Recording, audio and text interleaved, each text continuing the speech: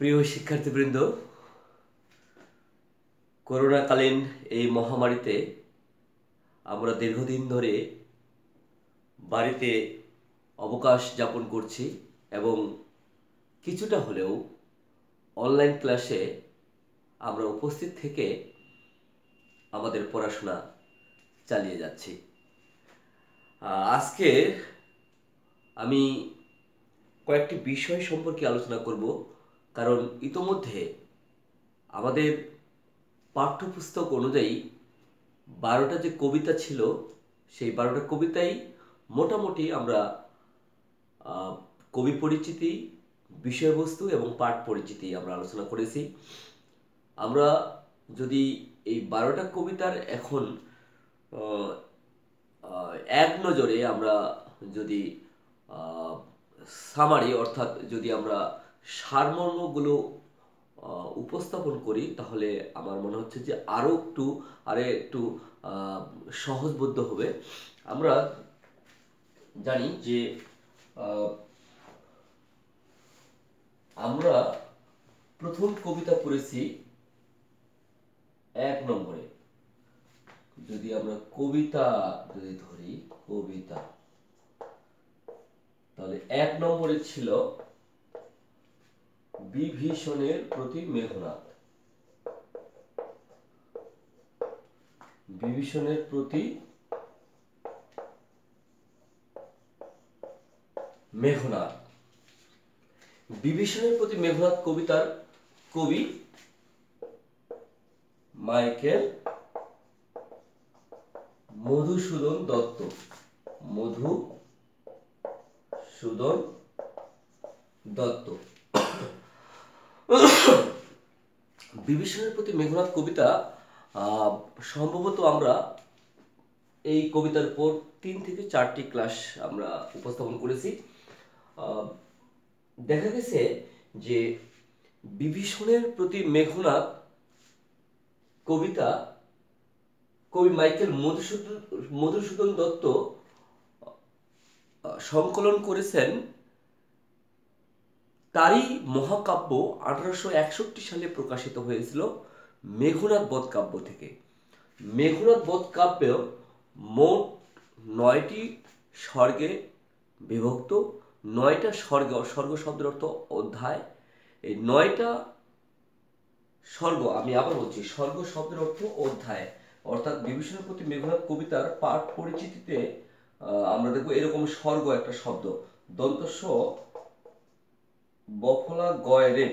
এই স্বর্গ মানে হচ্ছে বেহেস্ত, এই স্বর্গ নয়, ঠিক আছে? আমরা লিখব দন্তস্ব গয় রেপ। এই স্বর্গ শব্দের অর্থ হচ্ছে অধ্যায়। অধ্যায়।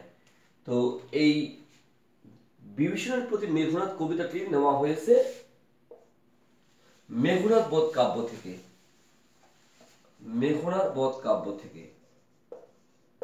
মেঘনাদ বধ কাব্য প্রকাশিত হয়েছে 1861 সালে এবং এই কাব্যটি মোট 9টি স্বর্গে রচিত। 9টি স্বর্গে রচিত এবং 9টি স্বর্গের মধ্যে 6 নম্বর স্বর্গ, 6 নম্বর স্বর্গ অর্থাৎ ষষ্ঠ স্বর্গ হচ্ছে বধ পর্ব অর্থাৎ বধ পর্ব। বধ পর্ব অথবা বধ পর্ব। বধ নামক পর্ব থেকে, অর্থাৎ আমি আবার বলছি সহজভাবে, মেঘনাদ বধ কাব্য 9টি অধ্যায়ে রচিত এবং 9টি অধ্যায়ের মধ্যে 6 নম্বর অধ্যায়ের নাম হচ্ছে বধ পর্ব এবং এই বধ পর্বের একটি অংশ, একটি পৃষ্ঠা মাত্র বিভীষণের প্রতি মেঘনাদ কবিতাটি। এবং এই বিভীষণের প্রতি মেঘনাদ আমাদের যে টেক্সট বইয়ের অর্থাৎ পাঠ্যপুস্তকের যে প্রথম কবিতা রয়েছে বিভীষণের প্রতি মেঘনাদ, এই বিভীষণের প্রতি মেঘনাদ কবিতাটি মেঘনাদ বধ কাব্যের তুলনায় একবারই একটি ছোট্ট একটি কবিতা, একটা পৃষ্ঠা থেকে নেওয়া হয়েছে। কিন্তু আহ, আমাদের একটু ভয় পাওয়ার বিষয় যে 12টা কবিতার মধ্যে প্রথম কবিতা বিভীষণের প্রতি মেঘনাদ, এবং এই কবিতা কমপক্ষে 2.5 পৃষ্ঠা থেকে 3 পৃষ্ঠার একটি কবিতা, এবং এই কবিতায় এত তৎসম শব্দ ব্যবহার করা হয়েছে যার দরুন এই কবিতাটা বুঝতে খুব কঠিন বা দুর্বোধ্য মনে হয়। কিন্তু বিভীষণের প্রতি মেঘনাদ কবিতার বিষয়বস্তু, সামগ্রিক বিষয়বস্তু যদি আমরা পর্যালোচনা করি, তাহলে আমরা মনে করব যে কবিতার যে রস রয়েছে, কবিতার যে অনুধাবনের একটা বিষয়, অনুধাবন যদি আমরা একটু করতে পারি তাহলে মনে করব যে বিভীষণের প্রতি মেঘনাদ কবিতার মতো আর আমার জীবনে বা আমাদের জীবনে আর দ্বিতীয় কবিতা হতে পারে না। অতএব শিক্ষার্থী বন্ধুরা, আমরা একটু মেঘনাদ কাব্যের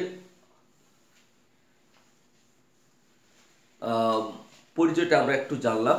মেঘনাদ কাব্য রচনা করেছেন সংস্কৃত ভাষার কবি মহাকবি বাল্মীকি, এবং এই বাল্মীকি রচিত রামায়ণ থেকে কবি মাইকেল মধুসূদন দত্ত মেঘনাদ কাব্য রচনা করেছেন। তাহলে আমরা বুঝতে পারলাম যে মেঘনাদ কাব্যটি কবি বাল্মীকির রামায়ণ থেকে যেহেতু নেওয়া হয়েছে, অতএব রামায়ণের ভাষা হচ্ছে সংস্কৃত। বিভীষণের প্রতি মেঘনাদ কবিতাটি অমিত্রাক্ষর ছন্দ প্রয়োগ করা হয়েছে, এবং আমরা জানি যে অক্ষরবৃত্ত ছন্দের নতুন নাম হচ্ছে অমিত্রাক্ষর ছন্দ। এবং মাইকেল মধুসূদন দত্তের পূর্বে যত সব কবিতা লেখা হয়েছিল, সকল কবিতার ছন্দ ছিল পয়ার ছন্দ, অর্থাৎ মাত্রাবৃত্ত ছন্দ।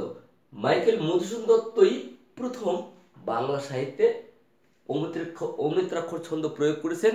এই কারণে মাইকেল মধুসূদন দত্তকে অমিত্রাক্ষর ছন্দের প্রবর্তক বলা হয়। বিভীষণের প্রতি মেঘনাদ কবিতার প্রেক্ষাপট সম্পর্কে যদি আমরা আলোচনা করি, তাহলে দেখব যে এখানে দুটো চরিত্র রয়েছে, ঠিক নেরেশনের মতো, অর্থাৎ সংলাপ ধর্মের মতো। কাকা বিভীষণ, ভাইস্তা ভাতিজা অর্থাৎ ভাইপো মেঘনাদকে কথা বলেছেন, উপদেশ দিয়েছেন, অথবা তার সঙ্গে সন্ধি করেছেন।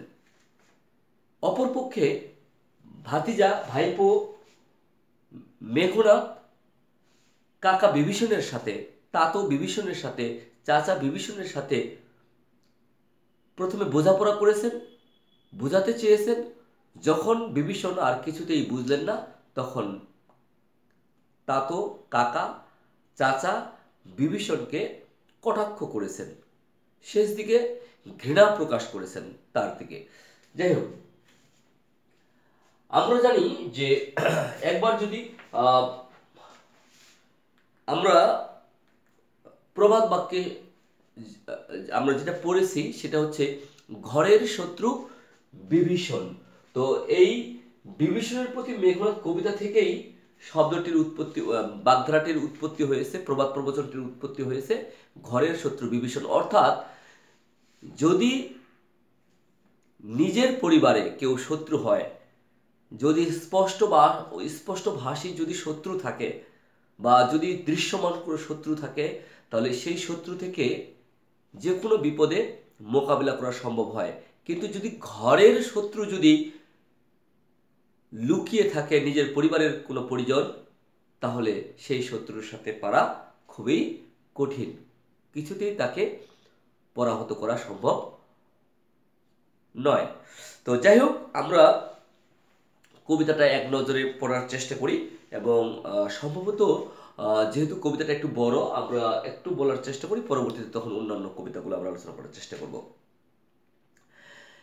এতক্ষণে ইনভার্টেড ক্লোজ করা আছে, এতক্ষণে অরিন্দম কহিলা বিষাদে, আমি আবার বলছি, এতক্ষণে ইনভার্টেড ক্লোজ করে দিয়েছে, অর্থাৎ মেঘনাদ তীরবিদ্ধ হওয়ার পর যখন যখন তীরটা ছুড়ল যে লক্ষণ, কিন্তু লক্ষণ কিভাবে প্রবেশ করলো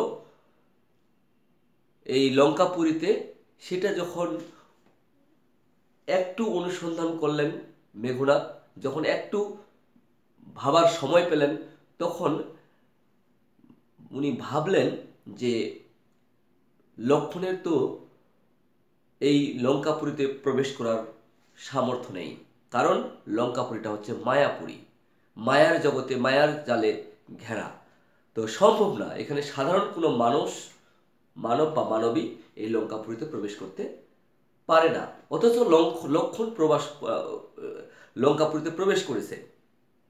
যখন লক্ষণ মেঘনাদকে যুদ্ধের আহ্বান করে, তখন মেঘনাদ কিছুতেই এটা বিশ্বাস করতে পারছে না যে লক্ষণ কিভাবে এই লঙ্কাপুরীতে প্রবেশ করলো। যখন এদিক ওদিক তাকালো, তখন মেঘনাদ দেখলো যে ছোট্ট একটা দরজা, খিড়কির দরজা যেটাকে বলা হয়, সেখানে দাঁড়িয়ে আছে কাকা বিভীষণ। তখন মেঘনাদ, অর্থাৎ এই পুরো বিষয়টা কিভাবে ঘটছে, লক্ষণ কিভাবে প্রবেশ করলো, সেটা যখন বুঝতে পারলো, তখন শব্দটা উনি চয়ন করছেন, মুখ থেকে উচ্চারণ করছেন, এতক্ষণে অরিন্দম কহিলা বিষাদে, জানিনু কেমনে আসি, লক্ষণ পশিল রক্ষপুরে, হায় তা তো উচিত কি তব এ কাজ, নিকষা সতী তোমার জননী, সহদৌর রক্ষশ্রেষ্ঠ, শুলি শম্ভু নিভ কুম্ভকর্ণ, ভ্রাতৃপুত্র বাস বিজয়ী, নিজ গৃহপত্যাত দেখাও তস্করে, চণ্ডালে বসাওয়ানি রাজার আলয়ে, কিন্তু নাহি গঞ্জি তোমা, গুরুজন তুমি পিতৃতুল্য, ছারদার যাবস্ত্রাগারে, পাঠাইব রামানুজে সমন ভবনে, লঙ্কার কলঙ্ক আজি ভঞ্জিব আহবে। তো এইখানে আমাদের এখানে কিছু কিছু শব্দ হয়তো কঠিন মনে হতে পারে তোমাদের, আমি সহজ অর্থাৎ শব্দার্থ বলার চেষ্টা করি। পশিল শব্দের অর্থ হচ্ছে প্রবেশ করলো। রক্ষপুরী অর্থাৎ রাক্ষসপুরীতে, অর্থাৎ লঙ্কাকে রাক্ষসপুরী বলা হয়েছে। এই লঙ্কার রাজাধিরাজ মহাধিরাজ হচ্ছেন রাবণ।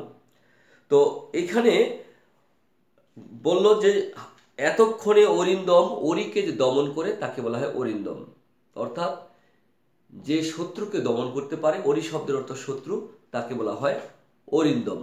অর্থাৎ মেঘনাদকে এখানে অরিন্দম বলে আখ্যায়িত করা হয়েছে। তো এই জন্য বলছে এতক্ষণে অরিন্দম কহিলা বিষাদে, জানিনু কেমনে আসি, লক্ষণ পশিল রক্ষপুরে। এবার বুঝতে পারলো কাকা, এবার বুঝতে পারলো লক্ষণ কিভাবে রাক্ষসপুরীতে প্রবেশ করলো। কাকা তুমি, কাকা বিভীষণকে বলছে, কাকা তুমি তাহলে এই লক্ষণকে রাক্ষসপুরীতে অর্থাৎ লঙ্কাপুরীতে নিয়ে এসেছো। এই জন্য বলছেন হায় তা তো উচিত কি তবু এই কাজ, এই কাজটা করা কি ঠিক হয়েছে? তো কাকা তোমার, নিকষা সতী তোমার জননী, নিকষা সতী তিনি সতীত্বে প্রমাণ করেছেন, তার জন্য তিনি গর্ভে 3 জন অজেয় সন্তান অর্থাৎ বীরশ্রেষ্ঠ সন্তান প্রসব করেছেন। সেজন্য এখানে বলা হয়েছে তুমি নিকষা সতীর যদি সন্তান হয়ে থাকো, তাহলে তুমি এই কাজটা তো করতে পারবে না। কটাক্ষ করা হয়েছে কাকা বিভীষণকে। নিকষা সতী তোমার জননী, সহদর রক্ষশ্রেষ্ঠ। সহদর অর্থাৎ নিজের ভাই, আপন ভাই, একই মায়ের গর্ভজাত বড় ভাই, নিকষা সতীর বড় সন্তান রাবণ হচ্ছেন রক্ষশ্রেষ্ঠ, তার তুমি ছোট ভাই, তুমি তো এই কাজটা করতে পারো না। রাবণ ছিলেন ত্রিভুবনের অর্থাৎ স্বর্গ, মর্ত, পাতাল, এই ত্রিভুবনের তিনি অধীশ্বর। তো এই ত্রিভুবনের অধীশ্বরের তুমি ছোট ভাই, তুমি তো এমন ভুল কাজ করতে পারো না। এই কারণে বলছেন সহদর রক্ষশ্রেষ্ঠ, শুলি শম্ভু নিভ কুম্ভকর্ণ।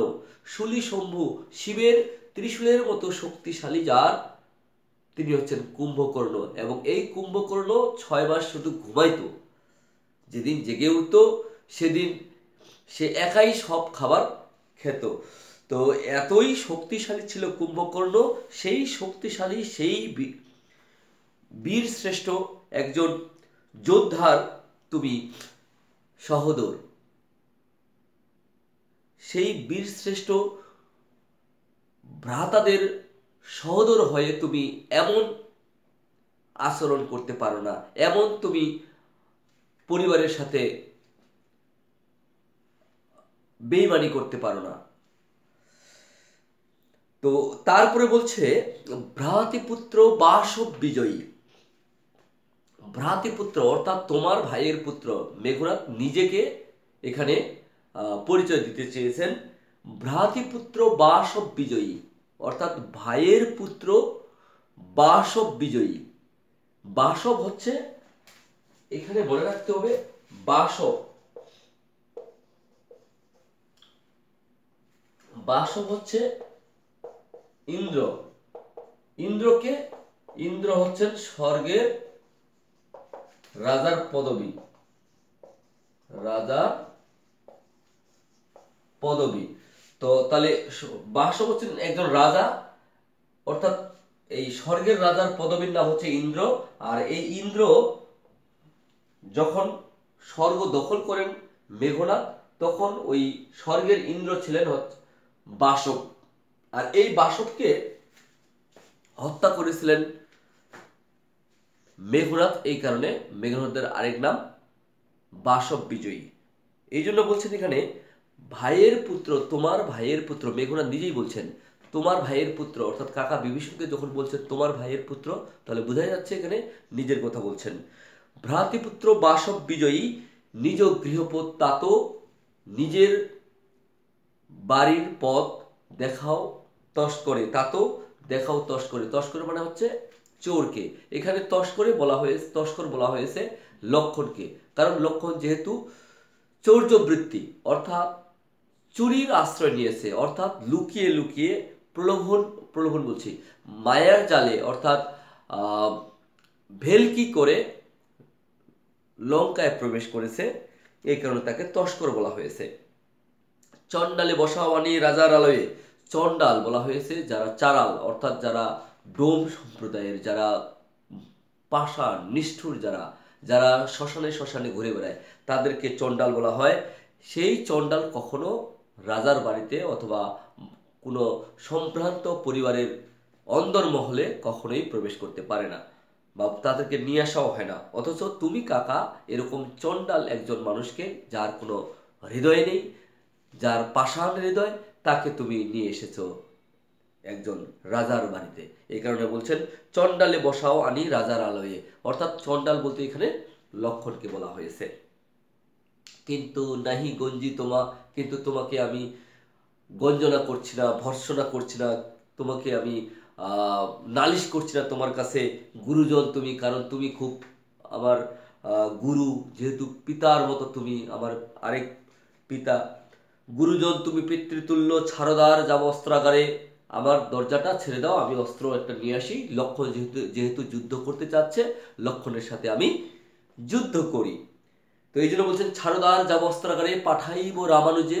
রামানুজ অর্থাৎ রামানুজ, রামানুজ, রামানুজ হচ্ছে রাম যোগ অনুজ, অর্থাৎ অনুজ মানে হচ্ছে ছোট ভাই, রামের ছোট ভাইকে বলা হচ্ছে রামানুজ, অর্থাৎ রামানুজ তাহলে কে? লক্ষণ। রামানুজ হচ্ছেন লক্ষণ। তো এখানে বলছেন পাঠাইব রামানুজে সমন ভবনে, অর্থাৎ সমন ভবন মানে জমের বাড়ি। সমন ভবন শব্দ অর্থ হচ্ছে সমন,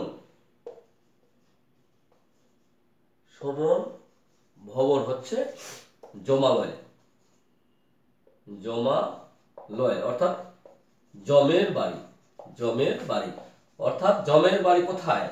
মৃত্যুর, মৃত্যুর ওপারে, মৃত্যুর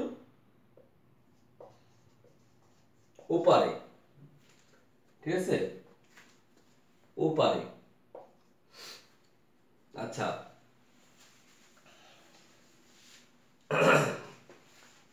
তাহলে পাঠাইব রামানুজে, অর্থাৎ রামানুজকে লক্ষণকে আমি যমের বাড়িতে পাঠাবো, তুমি শুধু একবার